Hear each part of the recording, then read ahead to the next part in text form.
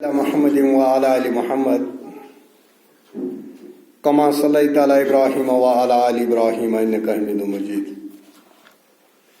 اللهم بارك على محمد وعلى آل محمد كما باركت على إبراهيم وعلى آل إبراهيم إنك حميد مجيد رب اشرح لي صدري ويسر لي أمري واحلل عقدة من لساني يفقهوا قولي رب زدنا علما سبحانك لا علم لنا إلا ما علمتنا إنك أنت العليم الحكيم آمین یا رب العالمین۔ حمد و ثنا، تعریف، تسبیحات و تحمیدات مالک کل، خالق کائنات وحدہ لا شریک رب کے لیے جس کا کوئی شریک نہیں۔ درود و سلام ہوں کائنات کے امام اعظم حضرت محمد رسول اللہ صلی اللہ علیہ وسلم کی ذات اقدس پر، جنہیں الہ العالمین نے رحمت بنا کر بھیجا اور قرآن کے اندر اعلان فرمایا وما ارسلناک الا رحمتا للعالمین۔ حمد و ثنا، درود و سلام کے بعد الہ العالمین اپنی رحمت میں جگہ دے صحابہ کرام کو، اولیاء کرام کو، علماء حق کو، جنہوں نے اس دین حق کو مینوان ہم تک پہنچایا۔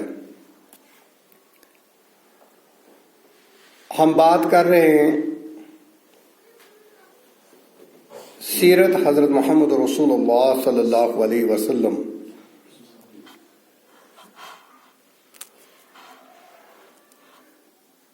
نبی کائنات صلی اللہ علیہ وسلم کی سیرت طیبہ پر قریباً 11واں جمعہ ہے آج۔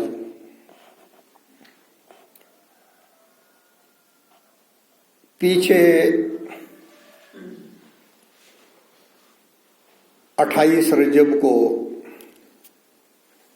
ایک دن گزرا جو معراج کے نام سے موصوف ہے۔ معراج کے ساتھ شب کو جوڑا گیا تو شب معراج ہوئی۔ یہ معراج کا واقعہ آپ کو بار بار علماء سے سنا ہوگا، لیکن میں کچھ 2-3 باتیں بتاؤں گا جو بنیادی باتیں۔ پہلی بات، یہ جو معراج کا واقعہ ہے، معراج میں کسی کا اختلاف نہیں، لیکن تاریخ کے اندر اختلاف ہے۔ اس کے بہت سارے قول ہیں، کبھی محرم میں بتایا گیا، کبھی کسی مہینے میں، کوئی تاریخ اس کی متعین نہیں، کون سا دن تھا، کب ہوئی، لیکن معراج جو ہوئی محمد رسول اللہ صلی اللہ علیہ وسلم، اس پر کوئی اختلاف نہیں۔ یہ پہلی بات ہے کہ ہمیں جو تاریخ کا جو باب ہے اس کے اندر بہت سارا اختلاف ہے۔ دوسری بات کہ جو یہ معراج ہے، اس میں کوئی مخصوص عبادت، پوری احادیث کی کتاب و سنت کو دیکھنے کے بعد اس میں کوئی مخصوص عمل کرنے کی کوئی تلقین نہیں۔ اور تیسری بات کہ معراج کے بارے میں کچھ لوگوں نے جو نیچر پرست ہے، انہوں نے کہا کہ یہ خواب میں ہوئی۔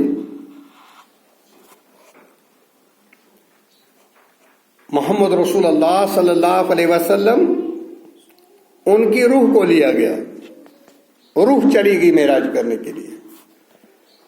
یہ باطل عقیدہ ہے، غلط ہے۔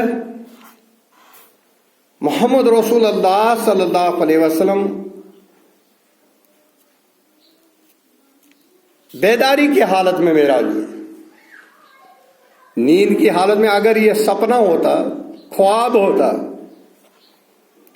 تو اتنے بیوقوف مکہ کے مشرک نہیں تھے کہ وہ خواب جو ہے سپنے کا انکار کرتے۔ اگر نبی کائنات صلی اللہ علیہ وسلم نے معراج کے بارے میں رؤیا کا ذکر کیا ہوتا، یعنی خواب، تو پھر وہ مکہ کے مشرک اختلاف نہیں کرتے۔ اختلاف کس میں ہوا؟ وہ منکر کس لیے ہوئے؟ کیونکہ بیداری کی حالت میں محمد رسول اللہ صلی اللہ علیہ وسلم مسجد حرام سے مسجد اقصی چلے گئے۔ سبحان الذی اسری بعبدہ لیلا من المسجد الحرام الی المسجد الاقصی الذی بارکنا حولہ لنریہ من آیاتنا انہ سمیع البصیر۔ پاک ہے وہ ذات جو اپنے بندے کو لے گیا مسجد حرام سے مسجد اقصی تک، تاکہ اس کو مشاہدہ کرایا جائے اپنے بندے کو اللہ تعالیٰ کی آیات کا۔ تو یہ تین چیزیں تھی معراج کے ضمن میں۔ پہلی چیز تھی کہ معراج کی تاریخ میں اختلاف ہے، کوئی یہ متفق ڈیٹ نہیں ہے کہ کس روز ہوئی، باقی معراج میں کسی کا اختلاف نہیں۔ دوسری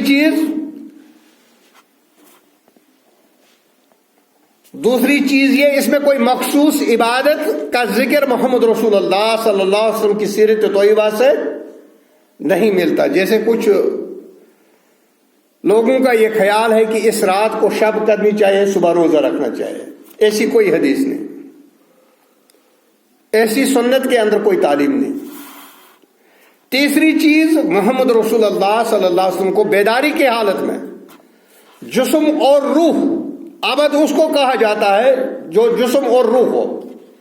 اگر روح الگ ہو جائے اور جسم الگ ہو جائے، ہماری روح نکل جائے، ہماری موت ہو جائے گی، پھر وہ عبد نہیں رہا۔ عبد اسی کو کہا جاتا ہے، روح اور جسم کے مجموعے کو عبد کہا جاتا ہے۔ اور بیداری کی حالت میں محمد رسول اللہ صلی اللہ علیہ وسلم نے معراج کی، ہمارا ایمان ہے۔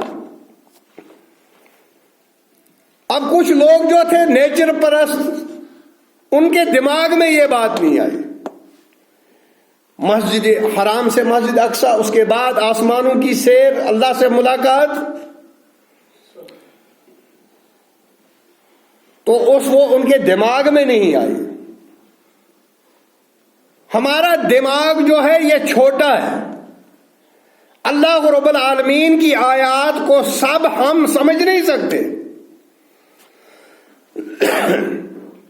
اس کا مطلب یہ نہیں کہ میرے دماغ میں کوئی چیز نہ آئے پھر حقیقت میں وہ موجود نہ ہو، حقیقت میں وہ واقع ہوا نہ ہو، ایسی بات نہیں۔ تو یہ تھا معراج کے ضمن سے، ہم سیرت پر بات کر رہے ہیں، اور معراج جو ہے یہ سیرت میں شامل ہے۔ میں نے آپ کے سامنے ایک آیت مبارکہ سورہ ضحیٰ اور سورہ توبہ کی 2 آیات تلاوت کی۔ پہلی آیت، الم یجدک یتیمن فاوا، الم یجدک یتیمن فاوا، کیا اس رب نے آپ کو یتیم پا کر جگہ نصیب نہیں فرمائی؟ یا رسول اللہ صلی اللہ علیہ وسلم، آپ کا مالک اور خالق اللہ جو ہے، اس نے آپ کو نبی بنایا، آپ کی پرورش کی یتیمی کی حالت میں۔ محمد رسول اللہ صلی اللہ علیہ وسلم کی نہ ماں تھی اور نہ باپ تھا۔ پہلے دادا نے پرورش کی، اس کے بعد چاچا نے پرورش کی۔ محمد رسول اللہ صلی اللہ علیہ وسلم کو دوسرے مقام پر فرمایا سورہ توبہ کے اندر، آیت 128 کے اندر، لَقَدْ جَاءَكُمْ رَسُولٌ مِّنْ أَنفُسِكُمْ عَزِيزٌ عَلَيْهِ مَا عَنِتُّمْ حَرِيصٌ عَلَيْكُمْ بِالْمُؤْمِنِينَ رَءُوفٌ رَحِيمٌ۔ بے شک تمہارے پاس تم میں سے ایک برگزیدہ رسول تشریف لایا ہے، یعنی محمد رسول اللہ صلی اللہ علیہ وسلم۔ محمد رسول اللہ صلی اللہ علیہ وسلم برگزیدہ رسول۔ اللہ رب العالمین قرآن کے اندر یہ ذکر کرتا ہے، بے شک تمہارے پاس، تم ہی میں سے۔ یہاں پر اگر آدمی صحیح طریقے سے اس کو سمجھے، عقیدے جو ہے ٹھیک ہو جاتے، عقیدہ بھی ٹھیک ہو جائے گا، دماغ بھی ٹھیک ہو جائے گا۔ وہ جب دماغ کے اندر، ہمارے دماغوں کے اندر جو ٹیڑھا پن ہے، وہ اس کو اگر تعصب کی اینک کو چھوڑ کر خالی اس کا ترجمہ ہی پڑھا جائے تو عقیدہ بھی ٹھیک ہو جائے گا اور دماغ بھی ٹھیک ہو جائے گا۔ بے شک تمہارے پاس تم میں سے ایک برگزیدہ رسول تشریف لائے، یعنی محمد رسول اللہ صلی اللہ علیہ وسلم انسان تھے، بشر تھے، ہم ہی میں سے ہونا۔ لیکن اگر کوئی آدمی یہ کہتا ہے کہ ہم جیسا بشر، تو یہ بات غلط ہے۔ محمد رسول اللہ صلی اللہ علیہ وسلم بشر ہیں، لیکن افضل البشر، ہم جیسے نہیں۔ کیونکہ سب سے بڑی فرق جو ہے محمد رسول اللہ صلی اللہ علیہ وسلم اور ہماری بشریت کے اندر، ہم بشر ہیں اور نبی بھی بشر ہے، لیکن نبی پر وحی ہوتی ہے، نبی کے ساتھ اللہ کلام کرتا ہے، وحی بھیجتا ہے، جبریل آتا ہے، قرآن آتا ہے۔ ہمارے ساتھ یہ معاملہ نہیں۔ دوسری بات، جو نبی ہوتا ہے یہ معصوم عن الخطا ہوتا ہے، گناہوں سے پاک۔ ہم بشر ہیں، ہمارے ساتھ یہ معاملہ نہیں۔ نبی گناہوں سے پاک اور ہم بشر ہیں، لیکن ہم گناہوں سے پاک نہیں ہیں۔ نبی پر وحی آتی ہے، نبی اللہ رب العالمین کا فرستادہ ہوتا ہے، پیغمبر ہوتا ہے، وہ اللہ کے بندوں تک اللہ کا کلام پہنچ جاتا ہے، اور یہ ہم میں نہیں ہے، ہم بھی بشر ہیں۔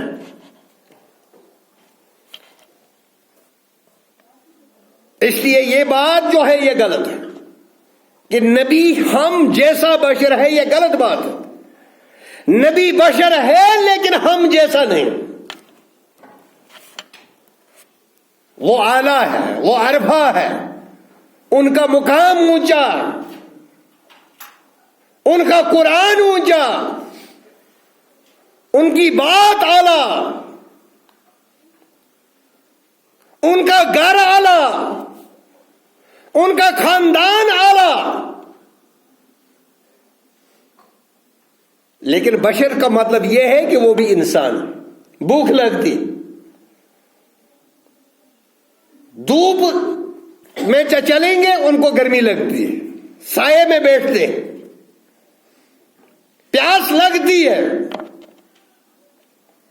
کھاتے پیتے ہیں، دکھ اور درد ہوتا ہے، تکلیف پہنچتی ہے، آزمائش ہوتی ہے،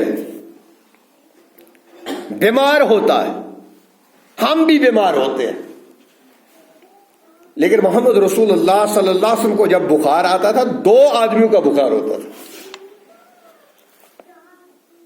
بشر ہیں لیکن افضل البشر، ان کا مقابلہ کوئی نہیں کر سکتا. اتنے پیغمبر ہوئے، کچھ روایتوں کے اندر آئے 1,24,000، اس سے زیادہ بھی ہو سکتے کم بھی ہو سکتے. ان سب میں سے اعلیٰ محمد رسول اللہ صلی اللہ علیہ وسلم. لیکن سردی گرمی یہ ان پر بھی اثر کرتی تھی، تکلیف ان کو بھی پہنچتی تھی. جب احد کے اندر محمد رسول اللہ صلی اللہ علیہ وسلم کا ایک دندان مبارک شہید ہو گیا، یعنی تکلیف پہنچتی تھی. تو اللہ رب العالمین نے فرمایا لقد جاءکم رسول من انفسکم، میں نے بے شک تمہارے پاس تم ہی میں سے ایک رسول، برگزیدہ رسول تشریف لایا. عزیز علیہ ما عنتم، تمہارا مشقت میں پڑنا ہے اس پر گراں گزرتا ہے. تمہیں تکلیف ہوتی ہے تو اس رسول کو تکلیف پہنچتی. جب تم لوگوں کو تکلیف پہنچتی ہے رسول اللہ صلی اللہ علیہ وسلم رنجیدہ ہو جاتے ہیں، آپ کا درد وہ محسوس کرتے ہیں. عزیز علیہ ما عنتم حریص علیکم بالمؤمنین رؤوف رحیم، وہ تمہاری بلائی کا بہت زیادہ خواہش مند ہے، تمہارے لیے بھلا چاہتا ہے. یہ نبی جو میں نے بھیجا صلی اللہ علیہ وسلم، یہ تمہاری بھلائی چاہتا ہے، تمہاری برائی نہیں چاہتا. یہ جو تمہیں تعلیم دینے والا ہے ایک اللہ کی عبادت کے لیے، یہ تمہاری بھلائی کے لیے.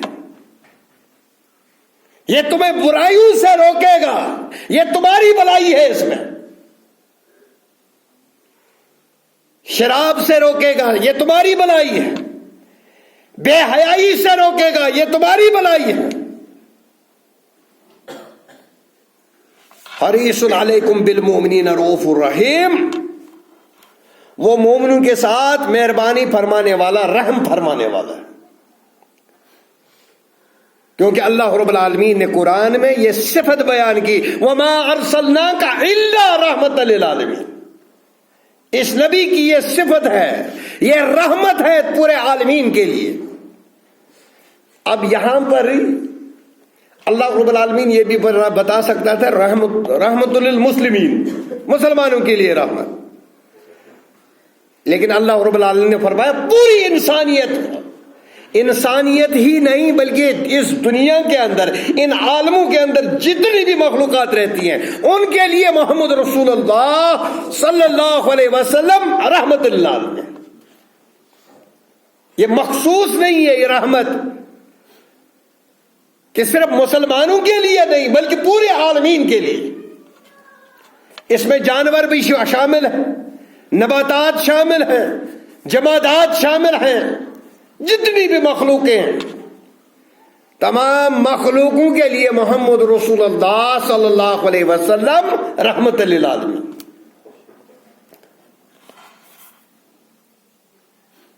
صحن چمن کو اپنی بہاروں پہ ناز تھا، وہ آئے تو ساری بہاروں پہ چھا گئے.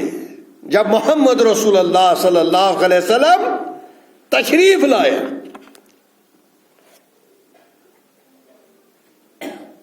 جب محمد رسول اللہ صلی اللہ علیہ وسلم پیدا ہوئے، پہلے باپ فوت ہوا، اس کے بعد والدہ فوت ہوئی،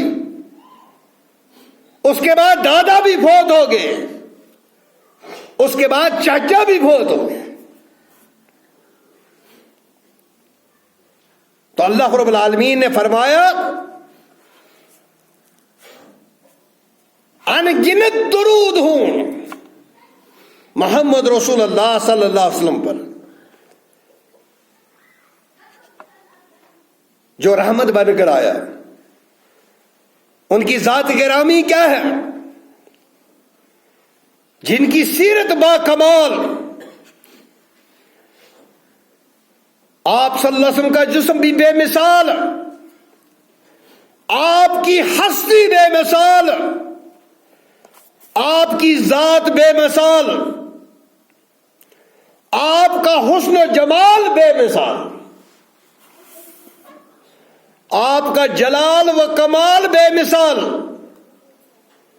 آپ صلی اللہ علیہ وسلم کا علم بے مثال، آپ صلی اللہ علیہ وسلم کا نام بے مثال، آپ صلی اللہ علیہ وسلم جو کلام لے کر آئے یا جو اپنے دہن مبارک سے حدیث کی صورت میں کلام کیا وہ بے مثال، آپ کی صورت بے مثال، آپ کی جان مبارک بے مثال، آپ کی بستی بے مثال، آپ کی بات بے مثال، آپ کا حلم بے مثال، آپ کا کام بے مثال، آپ کا مقام بے مثال، آپ کے غلام با کمال حضرت محمد رسول اللہ صلی اللہ علیہ وسلم۔ اس لیے ایک شاعر نے کہا، سنا جس کسی نے کلام محمد، ہو جان و دل سے غلام محمد، ہوا ہے نہ ہوگا میسر کسی کو، بلند اس قدر ہے مقام محمد، ہے کرام موجود فرما خدا کا، ہے قرآن میں موجود فرما خدا کا، کلام خدا ہے کلام محمد، سر اور دل جومتے ہیں خوشی سے، لبوں پہ جب آتا ہے نام محمد، دل و جان سے کر احترام محمد، اگر چاہتا ہے خدا تجھ سے خوش ہو، دل و جان سے کر احترام محمد۔ اللہم صلی علی محمد وعلی آل محمد کما صلیت علی ابراہیم وعلی آل ابراہیم انک حمید مجید۔ اللہم بارک علی محمد وعلی آل محمد کما بارکت علی ابراہیم وعلی آل ابراہیم انک حمید مجید۔ ان گنت درود و سلام ہوں کائنات کے امام حضرت محمد رسول اللہ صلی اللہ علیہ وسلم۔